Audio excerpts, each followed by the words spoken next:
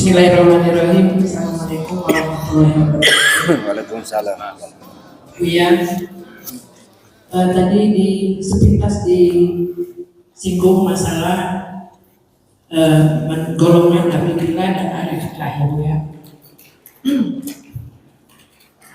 Abidillah itu adalah ibarat orang yang jalan menuju surga. Ya.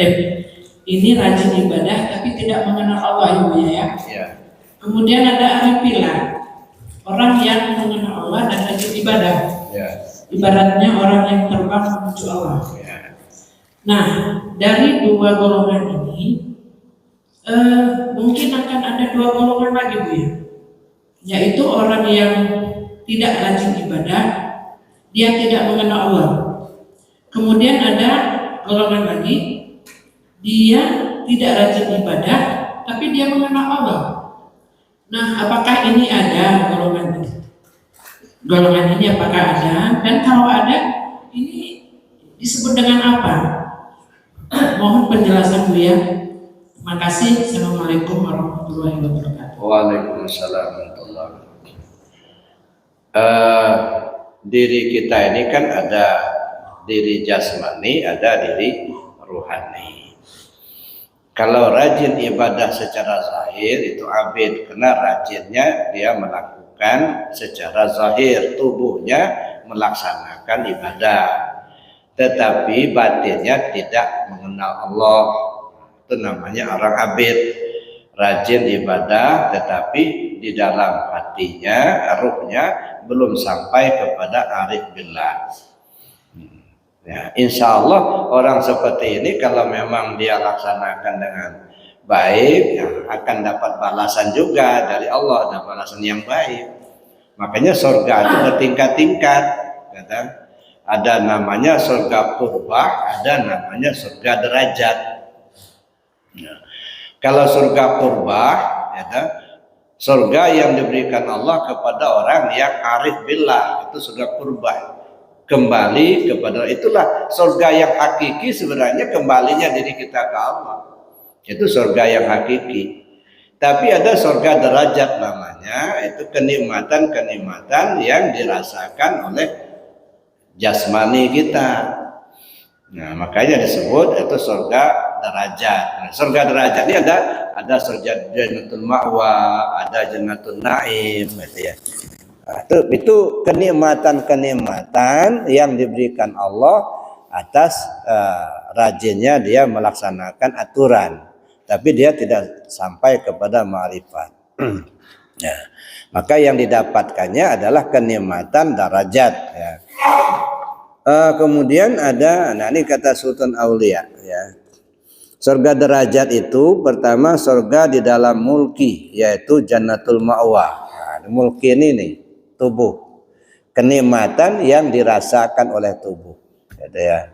Surga ma'wa. Yang kedua surga di alam malakut, yaitu surga jannatul na'im, kenikmatan-kenikmatan. Ya, kemudian yang ketiga surga di alam jabarut atau jannatul firdaus. Itu diantaranya yang disebut dengan surga darajat. Tetapi bagi mereka yang arif billah, ya, mengenal Allah, dia sampai kepada surga qurbah. Apa surga qurbah? Kenikmatan yang langsung dari Allah, kembalinya dirinya ke Allah. Nah, saya ambil contoh ya. Mungkin saja makanan yang enak banyak, Pak. Penuh meja makan enak semua. Ada rendang Padang, ada sup buntut, ada goreng ayam, macam-macam lah makanan enak. Nah, tapi yang bersangkutan sakit, nggak selera makan. Makanan enak banyak, cuman yang bersangkutan tak enak makan. Apalah artinya makanan enak kalau kita sendiri tidak merasa enak makan? Ya, badan kita sakit tapi makanan enak-enak, nggak selera. Cuman di kita ini gitu, udah biasa. Kalau lagi sakit banyak pertanyaan. Ibu mau makan apa? Niku nyinta api. Begitu sehat, lahap benar, makanya diomelin pula, makan terus. Ada kan? Makanya saya bilang lebih baik menyembelih ayam sakit asal kita sehat daripada nyembelih ayam sehat cuman kita sakit. Nggak habis lah. Kalau surga qurbah itu ibaratnya badan kita sehat, sempurna. Badan sehat, makanan banyak, itu kan malah lebih nikmat. Nah, mana yang bagus itu? Makanan banyak yang enak, cuma kitanya yang sakit. Dibanding dengan badan sehat, makanan enak banyak. Ya udah, badan sehat, duit banyak, itu kan. Mobil mewah, rumah bagus, kemana pergi bisa. Daripada duit banyak tapi sakit, ini tidak boleh, ini tidak boleh. Nah, jadi artinya kenikmatan qurbah itu kembalinya diri kita akan sempurna. Nah, jadi ada orang seperti kata ibu tadi, ada orang dia ma'rifat tetapi tidak abid. Ya, ada orang abid tapi tidak ma'rifat atau sebaliknya tadi. Ya, ada istilah benar kata Allah, salah kata manusia. Ada yang benar kata manusia, salah kata Allah. Ya, benar kata Allah, kenapa? Hatinya ma'rifat, tapi nggak pernah sholat. Sholat syariat ini maksudnya. Dia sudah ma'rifat kepada Allah, tapi secara syariat dia tidak kerjakan. Menurut Allah benar. Dan benarnya maksudnya benar ke dalamnya, benar ma'rifatnya, kembali ke Allah. Cuman secara syariat dia salah. Akhirnya jadi fitnah, Pak. Kenapa jadi fitnah? Begitu dia mati, orang nggak mau mensolatkan. Orang udah jadi bangkai, kita yang suruh mensolatkan. Dia hidup aja nggak pernah dibawa sholat katanya. Nah, dia jadi fitnah. Jadi sengsara di dunia, walaupun di akhirat dia baik. Gitu. Tapi sebaliknya, ada orang yang tidak ibadah, tidak punya ma'rifat. Nah sudah nih. Ini kacau balau. Sholat enggak, kenal Allah juga enggak. Kamu di tempat di mana? Kerak neraka itulah. Ada. Ibadah enggak pernah, mengenal Allah enggak pula. Gitu. Ini sudah apa namanya? Sudah penghujung lah, keterlaluan. Nah, jadi yang bagusnya apa? Yang bagusnya abid zahirnya, arif batinnya. Di zahir dia rajin ibadah, di batin dia ma'rifat kepada Allah. Nah itu yang dituju, Pak. Ya, abidillah zahir, arif billah batin. Ya. Jangan sampai kita hanya arif batin tapi tidak abid, atau abid tapi tidak arif. Ya. Jadi bagus ya di luar abid, jelek di dalam, atau bagus di dalam jelek di luar. Jadi tidak bisa. Jadi yang kita harapkan bagus di luar, bagus di dalam. Arif billah secara batinnya, abidillah secara zahiriyah. Nah, itu yang diharapkan. Nah, saya kira demikian Bapak Ibu. Masih ada yang lain? Ayo silakan. Assalamualaikum warahmatullahi wabarakatuh. Perkenalkan dulu ya, saya sudah dari Koko. Saya belum yakin, insyaallah malam saya ikut ke pondok dulu ya. Pertanyaannya seputar zikir. Saya mengikuti kajian Buya di YouTube itu lebih kurang 1 tahun gitu ya. Nah di sana ada zikir itu ada 3 saya dapatkan. Yang pertama sahar, kemudian zikir hobi, lalu ada zikir anfas. Nah pertanyaannya tentang zikir hobi dan zikir anfas. Ini kan waktunya itu bersamaan gitu ya. Nah, di sini juga bahwa zikir itu adalah mengingat Allah atau ingat Allah. Ini ada 2 terma. Kalau menurut saya itu yang berbeda ya, mengingat Allah dan ingat Allah. Nah, ini mohon penjelasan itu ya, gimana hubungannya juga dengan zikir anfas dan zikir hobi dari Buya. Terima kasih. Assalamualaikum warahmatullahi wabarakatuh. Waalaikumsalam. Ini kalau kata orang Padang, kok dirantang nama panjang, elok dipunta nanya singket. Kalau dijelaskan mungkin sampai jam 8 belum selesai. Jadi gini, pertama saya alami ke Mekah, Pak. Dari Lampung naik bis sampai di Bakau naik kapal, terus sampailah naik bis lagi ke Soekarno Hatta. Terus dari Indonesia terbang ke Jeddah untuk menuju Mekah. Ini perjalanan menggunakan 3 kendaraan. Kendaraan darat, kendaraan laut, kendaraan udara. Nah, kayaknya seperti itu juga kita mau pulang, Pak. Kita mau pulang itu menggunakan 3 kendaraan. Kendaraan darat, la ilaha illallah. Karena masih diucap. Ada itu kendaraan darat syariat. Ada kendaraan laut. Nah, zikir dalam hati. Lautan tanpa tepi. Nah, itu saya ibaratkan ibarat kendaraan laut.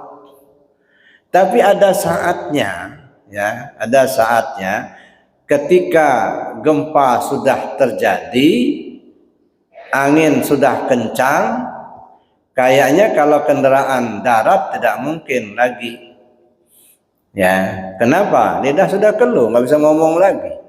Ya, nah, kendaraan laut, ya, angin sudah kencang, ombak besar. Maka kendaraan udara diperlukan apa? Zikir ampusiah. Nah, jadi zikir jahar ibarat kendaraan darat, zikir khafi ibarat kendaraan laut, zikir ampusiah ibarat kendaraan udara. Nah, kita siapkan kendaraan ini, ya. Nah, karena pada saatnya pasti akan terpakai. Nah, dalam hal ini Bapak Ibu, tujuan apa? Nah, kendaraan ini untuk membawa kita sampai ke Allah. Kalau Bapak sudah sampai ke Lampung, apa masih mengingat-ingat Lampung? Atau Bapak sudah sampai ke masjid ini? Tadi kan masih di hotel kan? Ingatlah Buya mau ceramah mau ke masjid Nurul Iman di Lingga kan itu ya. Nah, masih di hotel. Nah, sekarang sudah nyampe di masjid, apa masih mengingat-ingat itu juga? Enggak lagi. Nah, begitulah. Kalau masih mengingat Allah tanda belum ingat, Pak. Kalau dia sudah ingat Allah enggak mengingat lagi enggak. Ya. Makan udah dimakan kuenya belum? Ingat dulu kuenya rasanya seperti apa. Begitu Bapak makan masih perlu ingat rasa? Enggak lagi, menikmati rasa kuenya gitu. Nah, kalau masih mengingat Allah tanda belum ingat. Kalau dia sudah ingat, tak perlu mengingat lagi. Nah, kalau kue sudah dimakan, ngapain kita ingat-ingat rasanya lagi? Nikmati saja rasanya itu. Nah, kira-kira begitu gambarannya. Ya. Cukup, Pak? Nah, kalau belum cukup, ya kita tambah lagi. Nanti apa kira-kira ya. Nah, cuman terus terang, kalaupun tidak puas ya dipuasin aja, karena saya bukan pemuas. Ya silakan Pak. Assalamualaikum warahmatullahi wabarakatuh. Waalaikumsalam.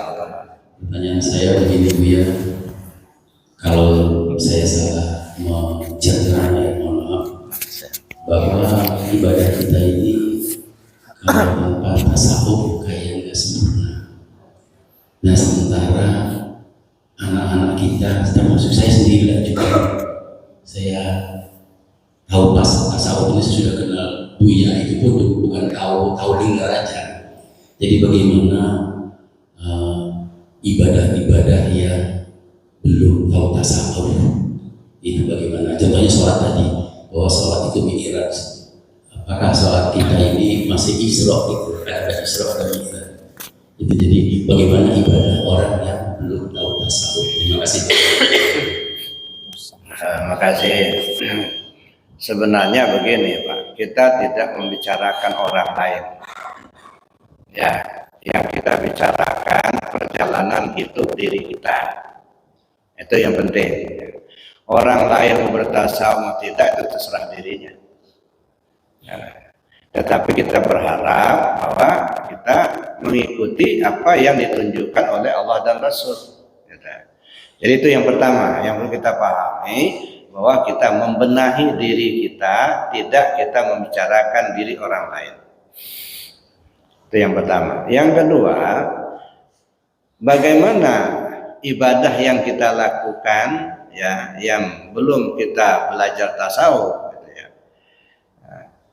Ya, ketahuilah bahwa surga itu kan bertingkat tadi. Saya tidak mengatakan salah total, nah, karena Allah lah yang berpenilaian. Nah, tapi gambaran-gambaran, isyarat-isyarat dari kisah-kisah orang terdahulu itu sudah banyak sekali. Ya. Contohnya pernah saya cerita, ada seorang abid yang rajin betul ibadah sampai sejadahnya batu dia cekung. Tapi giliran mau mati dia tanya ya kepada Israel, ya, supaya tanyakan sama Allah bahwa dia tempatnya surga tempat tingkat berapa. Langsung dijawab Allah, tempat neraka tingkat 7. Padahal rajin ibadah, katanya. Ini apa isyarat ini? Ini artinya karena zahir syariatnya dia lakukan, tapi di dalamnya kosong. Nah, yang dia dambakan surga. Surga itu makhluk, dia nggak kenal kepada Allah. Ini kan gambaran, Pak. Gambaran artinya orang yang hanya melakukan syariat tetapi tidak paham di hakikat, tidak sampai ke tauhid. Syirik itu, Pak, ya, semua perbuatan yang masih syirik tertolak. Nah, syirik khafi. Nah, itu yang susah. Jadi semua amalan apapun, ilmu apapun, kalau sudah syirik itu ditolak. Ya. Inna Allah la yaghfiru an yushraka bihi wa yaghfiru ma duna dzalika liman yasha. Allah tidak akan mengampuni dosa orang yang mempersekutukannya. Ya, betapapun banyak amalannya. Ya. Tetapi Allah akan mengampuni dosa orang yang tidak mempersekutukannya. Contohnya si Nasuha. Ya. Nasuha itu, Pak, dalam kisahnya bunuh orang 100 orang, Pak. Nggak pernah sholat, maling, judi kerjakannya, tapi di akhir hayatnya ma'rifat yang sempurna dia kepada Allah. Duduk dia di tauhid, akhirnya masuk surga. Nah, dua kisah ini telah menggambarkan itu. Ini bukan hanya cerita fiktif dalam artian supaya enak didengar, bukan. Ini pelajaran. Ada yang bagus secara zahir tapi salah secara batin. Ya, kenapa? Syirik, ya, ditolak. Tetapi ada yang jelek secara zahir tapi batinnya bagus. Nah, ini yang saya katakan tadi, ya, benar kata Allah, salah kata manusia. Begitu dia mati selamat. Nah, jadi oleh karena itu, apalah artinya kita bawa bangkai, Pak. Ya, makanya lebih baik sedikit asal mencukupi daripada banyak tapi tak mencukupi. Sedikit tapi mencukupi, banyak tapi tak mencukupi. Mendingan saya sedikit aja asal mencukupi. Yang kita tahu cuma Allah, nggak banyak tahu yang lain. Nah, tapi justru itu yang menyelamatkan. Nah, kita ini kan justru menumpuk-numpuk, memperbanyak. Nah, tapi kadang-kadang maaf, ini mohon ampun sama Allah. Kadang-kadang ngumpulin bangkai, Pak. Tidak ada ruhnya. Lebih baik satu, ya, narik kerbau hidup itu gampang, Pak. Dia jalan, tapi naik kerbau hidup mati, nah berat itu, Pak. Nah, jadi oleh karena itu artinya dengan tidak menyalahkan yang lain, tapi mari kita bersama-sama membenahi, gitu. Ya, jangan kita artinya bersekeras di tingkat syariatnya, menyalahkan di tingkat hakikat. Justru itu ruhnya. Yang selama ini kan terjadi kan begitu. Tasawuf bid'ah, hakikat bid'ah, nggak ada ilmu hakikat. Selamanya kita nggak akan mampu masuk ke dalam. Nah, akhirnya tuh jadi bangkai, itulah amalan kita. Al-a'mal suwarun qaimatun wa arwahu wujudu sirril ikhlasi fiha. Amal perbuatanmu itu tidak ubahnya seperti patung, tidak bisa nolong apa-apa kecuali ada ruhnya. Ruhnya itu adalah sirrul ikhlas, rahasia ikhlas. Ya. Jadi belajar tasawuf, belajar zikir dalam rangka menyempurnakan syariat, bukan meninggalkan syariat. Nah sekarang kita ya ingin sempurna apa tidak, itu saja. Jadi itu Pak. Jadi kalaupun ada yang ya bersikeras di bidang syariat ya nggak usah diomelin Pak. Itulah makom dia. Ya karena kata Allah, fazkurullah ala ma hadakum. Berzikirlah kamu kepada Allah sesuai petunjuk. Ada orang diberi petunjuk sampai ke syariat aja. Dia nggak diberi petunjuk sampai ke tarekat enggak. Tapi ada orang diberi petunjuk sampai ke tarekat. Ke hakikat dia nggak mau. Nolak betul itu ngaji-ngaji gitu. Nah, berarti makom dia di situ. Tapi ada orang yang sampai ke hakikat dan ma'rifat. Nah, jadi Allah yang menentukan, gitu ya. Jadi kalau kita merasa misalnya tidak ingin belajar tarekat, kita hanya di syariat saja, nggak bisa dipaksakan. Berarti Allah tempatkan makomnya di sana. Ya kita lihat aja, kita perhatikan aja. Ya, ada sudah belajar zikir, sudah talqin zikir, tapi nggak mau ngamalkan begitu ya. Nggak usah dipaksa Pak. Berarti itulah makomnya dia. Ya, diajak aja tuh nggak akan mau nggak, karena Allah nggak mengizinkan untuk naik. Gitu. Nah, ada orang di tarekat, pokoknya kalau sudah belajar tarekat itu aja, ngaji-ngajikan nggak mau dia, nggak bisa pula dipaksakan. Kenapa? Itulah makom dia. Allah tempatkan dia di makom itu. Nah, itu nggak bisa dipaksakan. Tapi ada orang nggak puas di tarekat, dia naik ke hakikat dan ma'rifat, gitu ya. Itu yang ya lebih tinggi lagi, lebih baik lagi, gitu ya. Oleh karena itu ya, kita berusaha menyelamatkan diri kita, itu yang penting Pak. Jangan pernah usil dengan diri orang lain. Nah, kenapa? Yang kita pertanggungjawabkan kan diri kita, bukan diri orang lain. Orang lain mau sholat mau enggak terserah. Cuman kewajiban kita mengingatkan itu aja. Ya dah. Wa ma alaina illal balaghul mubin. Tugas kami menyampaikan dengan jelas. Udah itu aja. Mau ngikut atau enggak Allah yang punya ketentuan. Itu ya. Ya, makanya saya bilang saya ini ibarat lagi menggelindingkan besi berani ke tanah. Yang ada beraninya pasti nempel Pak. Tapi kalau memang nggak ada beraninya, biar dengar ceramah terus, biar dia ikut, nggak akan nempel. Kalau nggak ada beraninya. Tapi kalau ada beraninya, langsung nempel pasti. Kalau ada bagian, ibaratnya begini. Kalau ada alamat untuk kita Pak, ya pasti diantarkan tukang pos lah, ya surat kita. Tapi kalau memang nggak ada alamatnya untuk kita, biar dibongkar semua karung di kantor pos, nggak ketemu surat nggak. Memang nggak ada alamat untuk kita. Jadi oleh karena itu Bapak Ibu, ya sekali lagi saya katakan, jangan pernah kita usil dengan diri orang lain, tetapi usillah dengan diri sendiri. Karena kita bertanggung jawab pada Allah terhadap apa yang kita lakukan. Nah, cuman itu kita perlu mengajak orang, perlu kita mendakwahkan, kasih tahu, itu tugas kita. Adapun berhasil kita mengajak orang, itu bukan keberhasilan kita, bukan. Tapi Allah beri petunjuk sama yang bersangkutan. Kalaupun orang nggak mau ngikut, jangan pula frustasi. Bukan kegagalan kita, bukan. Kita nggak gagal, nggak. Allah belum mengizinkan. Itu aja. Orang itu untuk mengikuti, gitu aja. Jadi tenang aja. Berhasil kita tidak merasa bangga, ya tidak berhasil pun kita tidak merasa frustasi. Kenapa? Tugas kita hanya nyampaikan aja, ngajak. Sudah diajak, sudah disampaikan, ya udah lepas tugas. Nah, menerima atau tidak itu Allah yang punya ketentuan, hak prerogatif Allah, gitu aja. Nah, jadi gitu aja. Jadi kalau misalnya selama ini diri kita melaksanakan yang syariat belum sampai ke tasawufnya, ya kita mohon sama Allah mudah-mudahan diampunkan Allah, gitu aja. Diberi petunjuk untuk yang lebih baik yang akan datang, gitu aja. Allah Maha Pengasih, Maha Pengampun, Pak. Ya. Sekarang gitu. Ya, mungkin ada yang lain atau belum? Masih belum selesai. Udah.